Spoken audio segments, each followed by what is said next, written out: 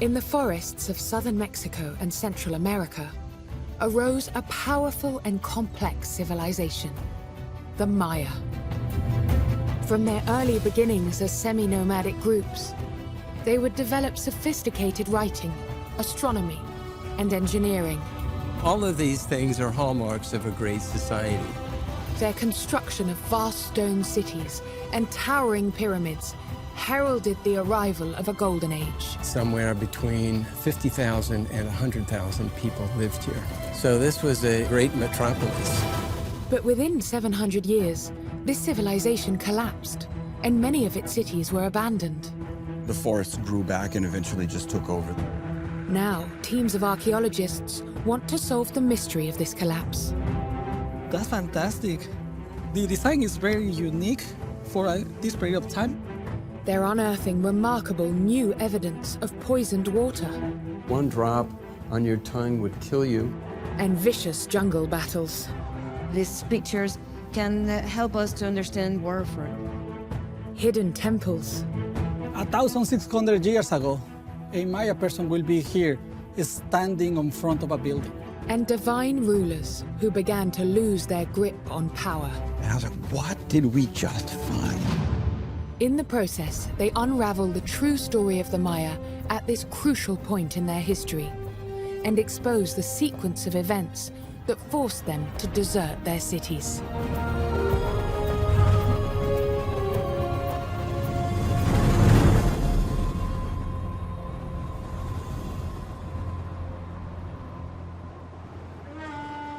In the rainforest of northern Guatemala lies one of the world's greatest lost cities, Tikal. Built by the ancient Maya civilization some 2,000 years ago, archaeologist Edwin Roman Ramirez has been exploring this region for the past 20 years. Today, the tropical rainforest obscures all but the tallest pyramids. When you look over here, you have to imagine the over here was covered by houses, like at least 23 kilometers that way was not a single tree. Maybe some areas that were farming, some gardens. It was a very large city. Tikal was almost like 160 square kilometers. It's huge, it's massive. Everywhere that you see here will be a building, will be a house. Investigations and aerial scanning at Tikal have allowed archaeologists to understand what the city once looked like.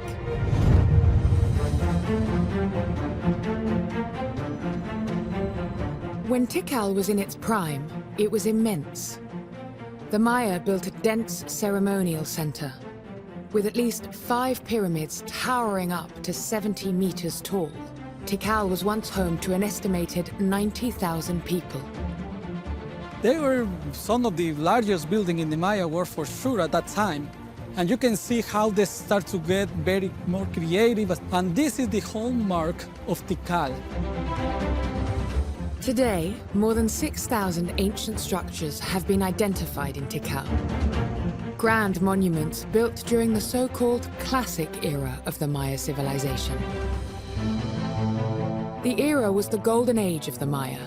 It lasted from around 250 to 900 AD.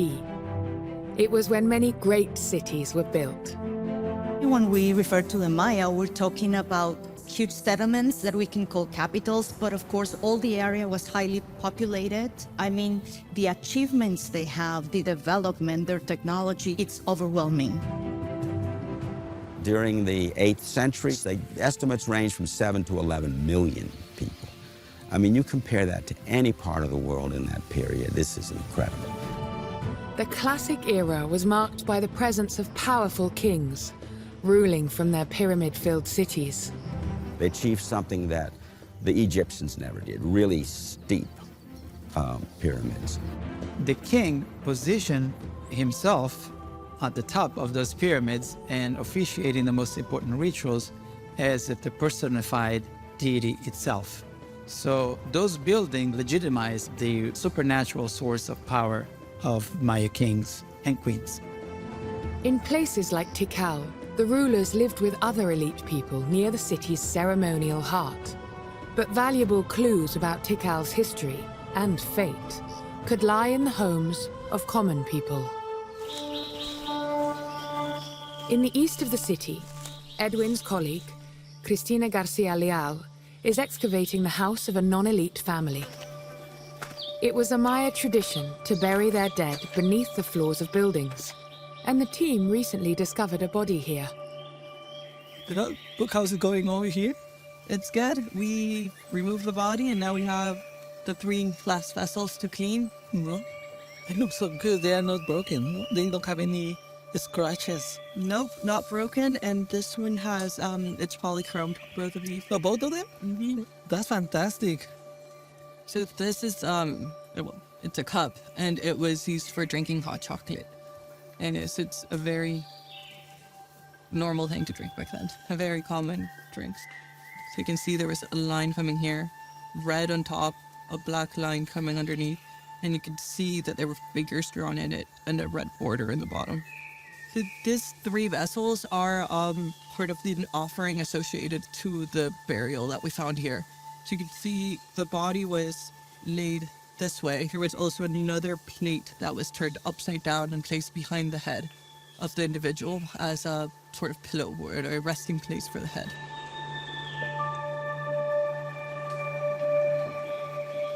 The design is very unique for this period of time, and that will help us to date this burial. Edwin can use these ceramics and others unearthed across Tikal to reconstruct a timeline of the city and find out how Tikal fits into the history of the Maya Classic era. At his field laboratory, Edwin's team study pottery artifacts they've unearthed in dwellings of common people at Tikal. The techniques that the Maya used to manufacture and decorate ceramics changed over time. The team can link these telltale changes to specific time periods. In this small table, we are seeing more than 1,000 years of occupation of Tikal. We can see through ceramics that this is the beginning of Tikal. They are monochromatic. Normally they are red, black, and this is when Tikal was a really small city. This pottery is from 350 BC, after the Maya had settled here and established the city.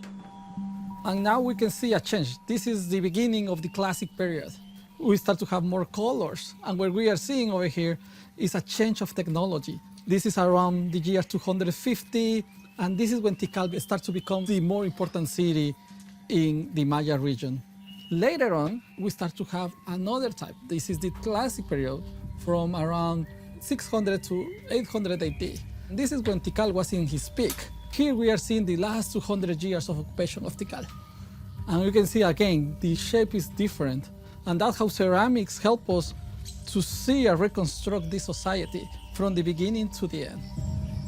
The evidence shows that Tikal's power spanned the full duration of the Maya Classic era. And it reveals that at the end of that era, around 900 AD, Tikal was mysteriously deserted. The Maya left this immense city and abandoned its pyramids to the jungle, never to return and build large-scale monuments here again. Investigations across the Maya region have shown that Tikal wasn't alone. Many cities, particularly in the Maya lowlands, were deserted. The building of grand monuments suddenly ceased. Whatever system existed in 500 and 600 and 700, it broke down between 8 and 900 AD, such that most classic Maya kingdoms were simply abandoned to the forest. People could not live there anymore.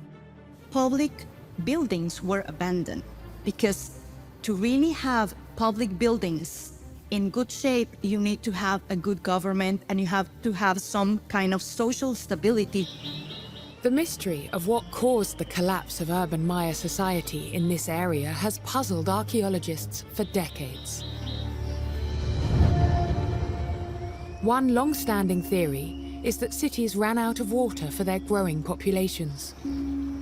You're not supposed to have giant cities in a tropical forest. It's thin soils, few rivers, and a long dry season. The real secret of the Mayas is their ability to preserve water during a dry season, which to the north at places like Tikal is 6 months.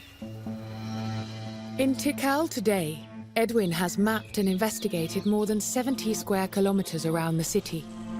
So he understands the challenge the Maya faced. The closest rivers are like 30 kilometers far away from Tikal, and the lake at least 40 kilometers away. The Mayas need to get creative and start to think how we can survive in this very difficult environment. Our colleagues have been excavating in this area, and we know that was modified by the Maya. There used to be a natural spring that runs behind the palace. And what they did is they start to build dams. The Maya built an ingenious system of reservoirs to collect and store water at Tikal. Some reservoirs were even fitted with a filtration system. Builders imported sand and a special rock called zeolite from over 25 kilometers away, allowing water to run through it and be cleaned. Reservoirs concentrated the population and the power of rulers who controlled the city. Now, a team think that investigating the reservoirs forensically might expose clues about why cities were abandoned. David Lentz is an archaeobotanist who specializes in the study of ancient living environments. His team has already taken samples from reservoirs in Tikal and is now working at an ancient Maya city 90 kilometers away called Calakmul. This is an interesting site because it's right next to the palace area here. So if you can imagine, there were 24 million liters of water in this reservoir. So it was an enormous structure. If I was back in Maya times, I would be underwater right now. Today, he's taking samples of genetic material, known as environmental or eDNA. He'll use the samples to identify the organisms present in the water. We're going to look at the vegetation that surrounded their reservoirs and what kind of plants they grew for food. There are many mysteries, and hopefully we'll provide some answers. Now what we're going to do is we're going to shave down the wall, try to keep it clean, because you can see this is kind of older stuff here. It's been exposed for a few days, so we want everything to be nice and fresh for us. We're going to take one eDNA sample from each 20 centimeters. David will take these samples to his laboratory. The results from this reservoir and from Tikal will expose new evidence about the desertion of Maya cities.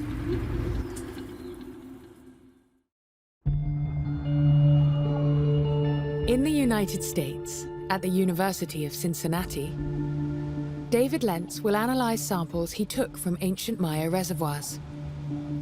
Today, he's looking for evidence of environmental DNA in samples from Tikal. This came from the Temple Reservoir. In addition to looking for DNA, we have looked for different kinds of contaminants from the reservoirs. Hi, here's the samples that we want to use for DNA extraction. So let's see what plants were around. All right. The team pulverized soil samples to release any DNA attached to the particles. They separate the DNA from any remaining soil particles by spinning the samples rapidly. They'll use chemicals to remove organic compounds until they're only left with DNA. Well, this is the exciting moment. We get to see if all of that work has resulted in DNA in our samples, and I have high hopes.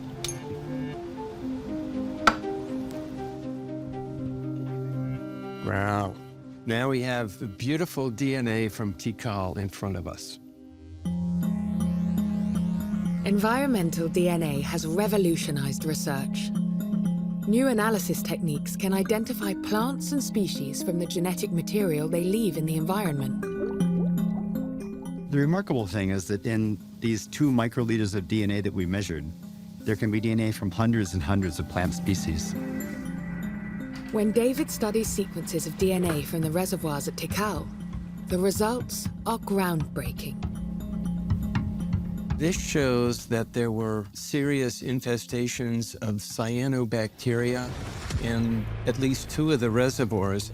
And these are a group of blue-green algae that produce incredibly toxic microcystins and extremely dangerous because one drop on your tongue would kill you. The reservoir at Tikal Center had no effective filter system, and uncontrolled bacteria growth might have been caused by food waste, poisoning the water. This was a big problem, especially the palace reservoir. Having the water turn green right in front of the palace of the ruler, then the people must have seen this as a failing of their leadership. And that's not all. David's team also detect mercury in the water samples, at a level 17 times higher than is safe for humans. At Tikal, the source of mercury has been linked to paint production, especially a red pigment that the Maya used on a wide scale.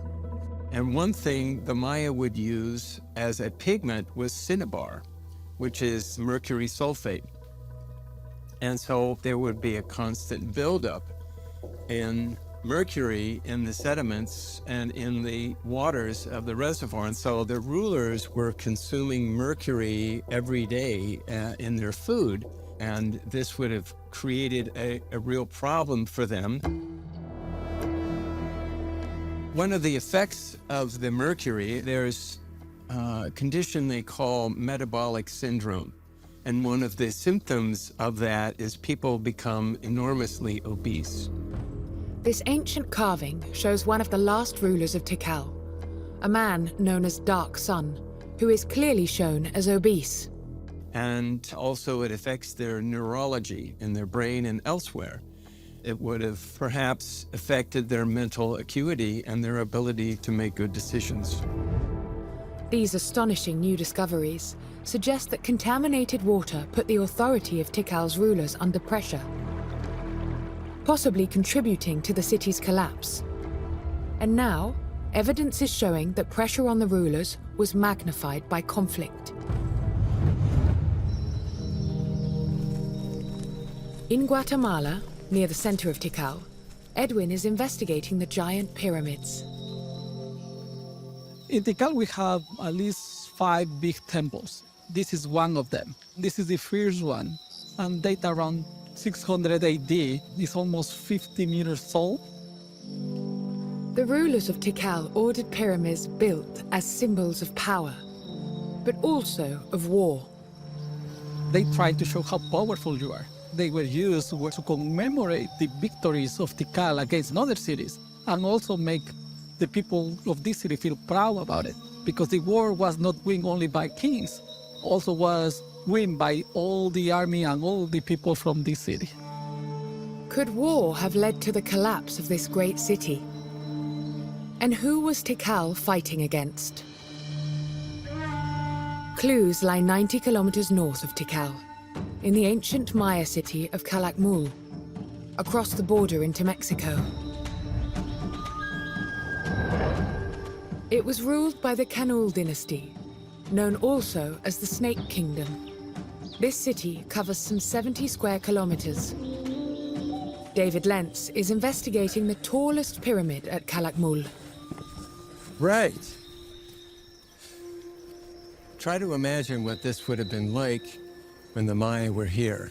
That all of the forest here, much of it would have been cleared. There were agricultural fields, there were houses that extend close to the horizon. My personal estimates would be somewhere between 50,000 and 100,000 people lived here, and over 6,000 structures.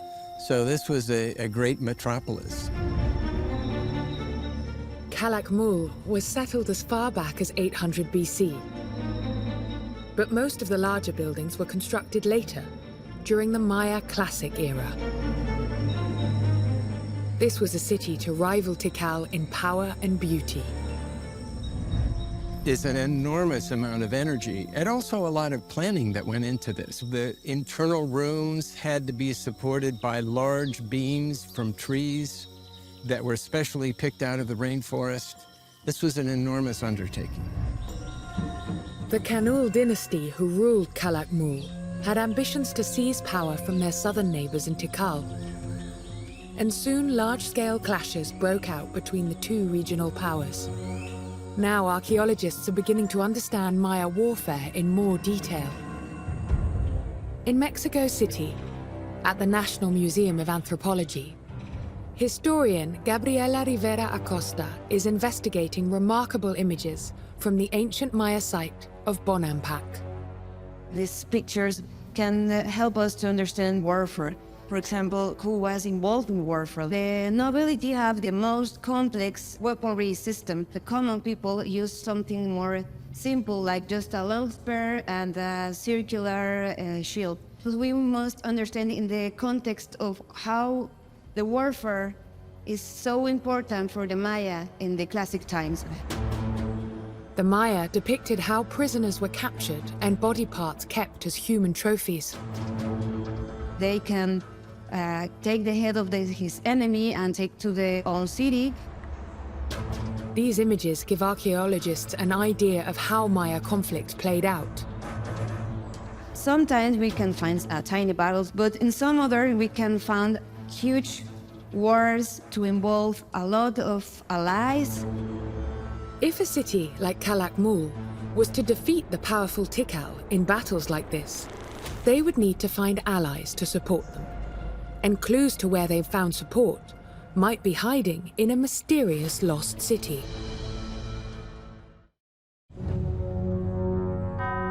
In the 1960s, stone carvings began showing up in museums across the world.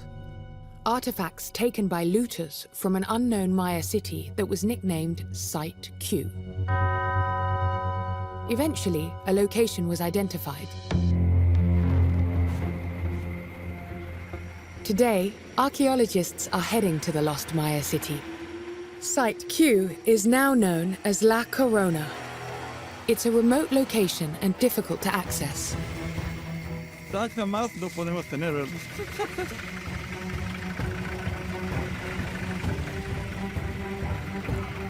Tomas Barrientos and Marcelo Canuto lead the team here.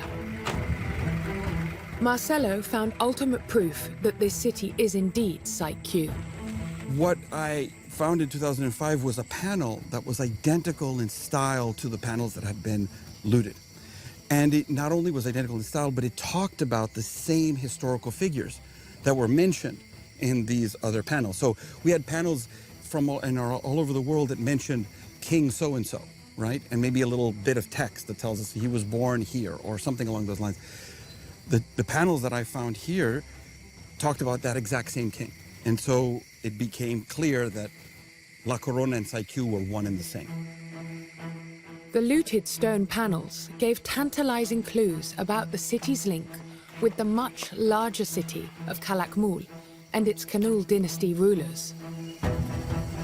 Site Q talked about this site's relationship with the Kanul kingdom located at Calakmul. So everybody knew that Site Q was related in a very close and intimate way with the dynasty at Calakmul. So finding the actual place that was associated with Site Q allowed us to say, okay, now we can ask why here? Why would Kanul be interested in this spot? The team needed to find more evidence of the link between Calakmul and La Corona. Well, here we are in the main square of La Corona. What's fascinating is the fact that what you see is this kind of flat area with a lot of trees, but you have to imagine it completely free of trees. The ceremonial center of La Corona was formed from dozens of buildings, arranged around a wide central plaza where ceremonies and gatherings would have taken place. On the east side stood two 15-meter-tall temples, facing a palace where the royal families lived. It was built in a fertile area with an abundance of water. So these would have been brilliant, bright, colorful places, teeming with people coming to maybe seek an audience with the king, or come to buy and sell some objects or some tools. It was a very lively place with lots of people. However, La Corona did not have a population as big as some cities that had 20, 30 or 80,000 inhabitants like Tikal. Here there was more like 5,000 to 8,000 inhabitants. It was a small city. It was in this ceremonial center that the team would soon find evidence of the link between La Corona and the Kanul leaders of Calakmul. This is where the structure appeared 5 years ago. When we got here years ago, we saw this earthen mound, and then there was a tree also growing here that with its roots looked like it was part of the mass of earth and so forth. Then we got LiDAR. When the team examined LiDAR scans of the area, the high-resolution map of the ground's contours showed something unusual. When we looked at the LiDAR, every little white dot represents a separate building. At La Corona, we knew that these were all separate buildings. We could see them. But what we didn't realize was that this was a building. This white dot here. We realized, that looks man-made. Let's investigate it.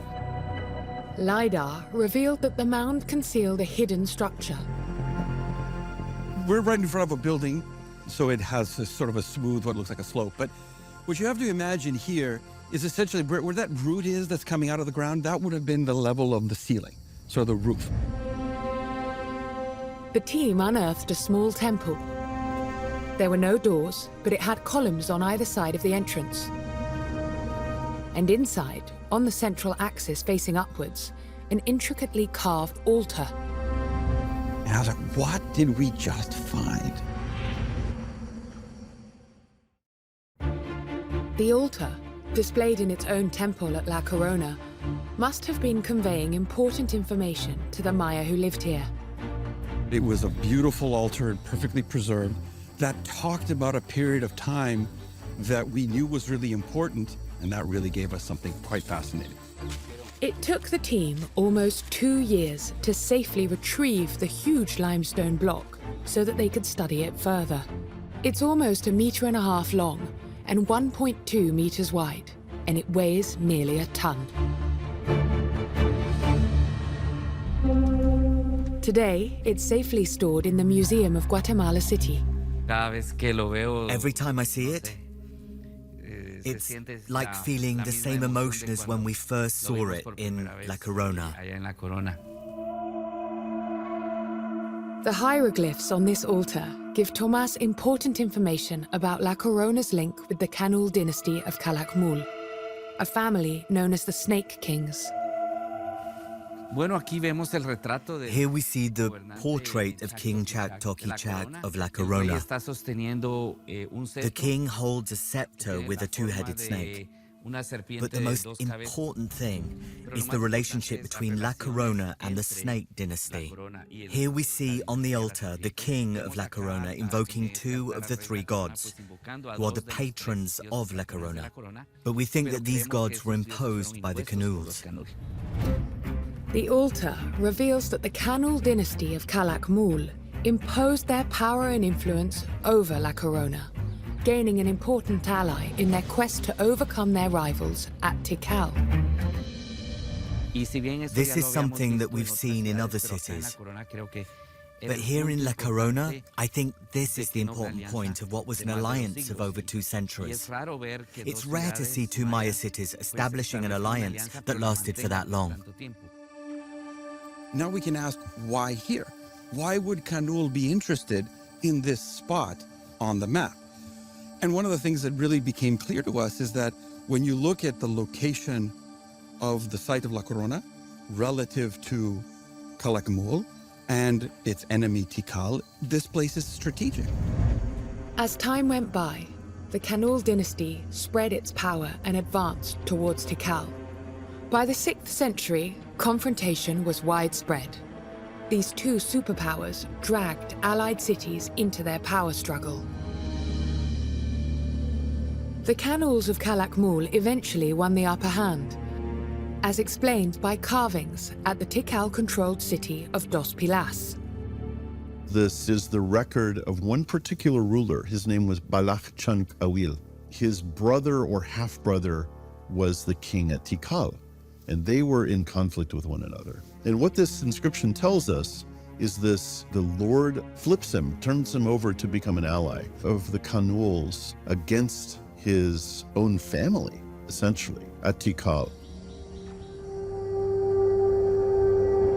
There's been a common use of the metaphor of the Game of Thrones example. Sometimes alliances collapsed, and people who were married in a previous generation that were friends were now enemies. I like to think it may be a game, but it was a deadly game. Balach Awil was really instrumental in helping expand the Kanuls all throughout that area of the Maya lowlands in this rivalry against Tikal. In 679 AD, the Kanuls of Calakmul finally conquered Tikal. But their victory didn't last long. Tikal turned the tables on the Snake Kingdom and defeated their ruler. And then after that, Calakmul went into decline, and Tikal became the preeminent city of the lowland Maya area. Clashes would continue well into the 800s, and constant conflict took its toll. There's no real winner in this war, as it turns out, that played itself out over the Classic period for centuries. And the most records of war that we have in the inscriptions comes right before the collapse. I think that is an indication of what was happening and of how everything fell apart. Clearly, warfare was important and maybe even the driving factor in that. With war weakening Tikal, Calakmul, and their allied cities, the ruler's control hung in the balance.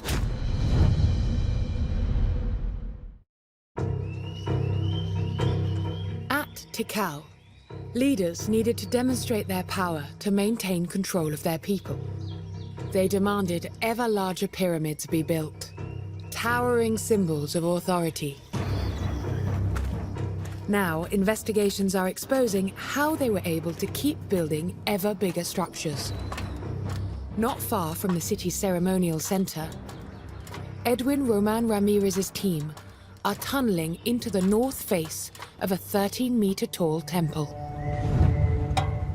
We're seeing how Mayas built these big structures. We go and we make these tunnels to go and be able to understand the beginning of this building. Clues in the construction show that the Maya were building on top of older structures, expanding them over time. They have one structure and they start to build one on the top and another on the top. Now here we are seeing this is the construction field that they used to cover this building right here. And that's how we know the history of this building. What started out as small pyramids were expanded over time by successive rulers, each eager to show off their power and commemorate events. Sometimes kings were even buried inside the stacked pyramids. As Edwin's team tunnel even further into the monument, they discover astonishing proof of this stacked building concept. 1,600 years ago, a Maya person will be here standing in front of a building. You have to remove all of this. This is a construction that was built later, and that's how we can see these are different stages. This specific building has at least 7 different layers of constructions that start around the year 250, and the last version is around 500 AD. Even with this layering technique, the huge pyramids and temples in Tikal took a great deal of effort and resources to build. Tensions mounted in the face of constant conflict and poisoned water supplies. So they built bigger temples and more rituals. And that, of course, solved nothing. In fact, it made it worse. This enormous waste of energy, a symbol of growing inequality. All these problems were building up, and the people were hungry and so on. It just made the people more irritated. Escalating problems posed a challenge to the power of rulers who were supposed to be divine. The rulers in the classic period were the link between the deities and the mortals. And if they are failing on that, what's happening? I mean, I'm going to be unsatisfied. I'm going to be angry. So then I'm going to be like, I don't trust them. I don't respect them anymore. I don't see why I should be keeping them and giving them all I'm supposed to do if they are not fulfilling their job. And that really creates a lot of instabilities. Now, new research suggests that the divine nature of the rulers might have been put to the ultimate test. In the forests near Calakmul, David Lentz is exploring the areas where the Maya once lived. You can see here that this is a large house group with a platform made of stone. And there was probably some kind of wooden structure on top of this. He's looking for evidence of how the Maya sought to control their natural environment. Ah, está bien. ¿No hay frutas y flores en este árbol? Okay. The purpose of doing these modern vegetation studies is to give us a benchmark so we can compare the modern forest and evaluate what the ancient forest was like. Studies like this allow archaeologists to understand how the Maya managed the forests around their cities, utilizing trees like the Manilcara sapota. Oh, this is an interesting tree. This was a very important tree to the ancient Maya. It was used for the lintels for the big temples. And they use this kind of wood because it's very durable and very tough, and it can withstand the weight of many stones up on top of it. The demand on the forests was high because wood was used in many ways. At Tikal, firewood was vital for the production of a special building material. Today, the buildings of Tikal appear to be formed of exposed stone, but they once looked very different.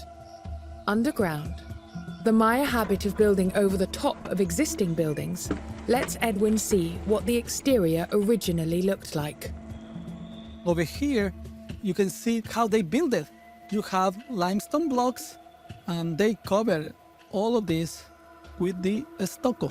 Stucco is to decorate the building, also is helping to insulate the core of the building from water, from the sun. They were not thinking those buildings for a short period of time. They were thinking that they were gonna last. When Tikal was at its height, its buildings looked very different to today. The Maya covered almost every surface of their monuments and floors in stucco, which they painted in bright colors. Maya builders made stucco by burning and then crushing limestone into a powder. They knew how to produce it in a massive way to be able to completely cover the entire city. And we are talking about square kilometers of stucco. It's estimated that for every square meter, the Maya needed to burn 20 trees to produce the stucco needed. The consequences would be immense.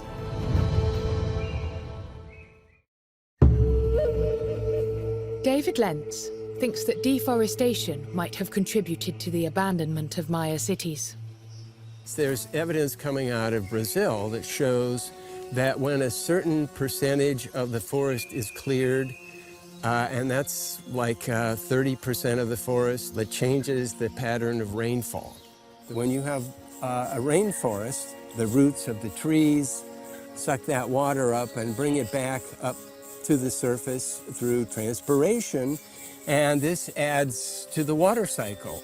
We have studied Tikal for a decade now, and we know from the pollen evidence that they had cleared about 60% to 70% of the forest. They kept the other 40% and protected it and conserved it, but still they had cleared about 2/3 of the land. So it was too much. Experts have found that a series of multi-decade droughts in the 9th century caused famine. Drought could have been the final nail in the coffin for the rulers who sought to convince their people of their divine status. The abandonment of Tikal and other large cities at the end of the Classic era, around 900 AD, would have a domino effect on smaller cities like La Corona.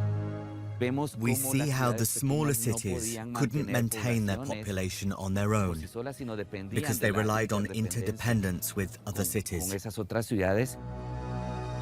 The system was kind of fragmented and breaking up politically, economically, and so people started to basically leave these centers. And by the mid-9th century or so, this place was a shell of itself. And certainly by the 900s, it was abandoned. Then, of course, the forests grew back and eventually just took over the site, and that's what we have today. Then the classical cities remained abandoned for many centuries. And although they evoked a certain memory, they started to get lost in people's memories. So much so that the rediscovery of these cities happened almost 1,000 years later. Today, at cities like Tikal, hundreds of abandoned buildings are waiting to be reclaimed from the forest and restored to their former glory. Each one a testament to the architectural ingenuity of the Maya, and a reminder that once these ceremonial centers were deserted, many weren't returned to by the Maya. But the abandonment of these cities might not have been as sudden as archaeologists once thought. Outside the ceremonial center of Tikal, Edwin's team are uncovering settlements that were still used after monumental building ceased. In the central area where the monumental architecture was placed, most of the royal family had to move. But when you talk about the process of abandonment of a city, it's not something that happened fast. In this case, we know it's 200 years. People start to migrate, looking for better places to live. And what we know is that people didn't disappear. It's not the end of Maya culture. It's a transition. The centers of power were abandoned. The main buildings were abandoned. The structures that serve for public services or for public performances, but that doesn't mean that people fled away like it was thought before. Big cities eventually got abandoned because their structure or their layout was not what was needed. Some Maya moved south, to the highlands where population centers endured, while others chose to migrate north towards emerging powers like Chichen Itza.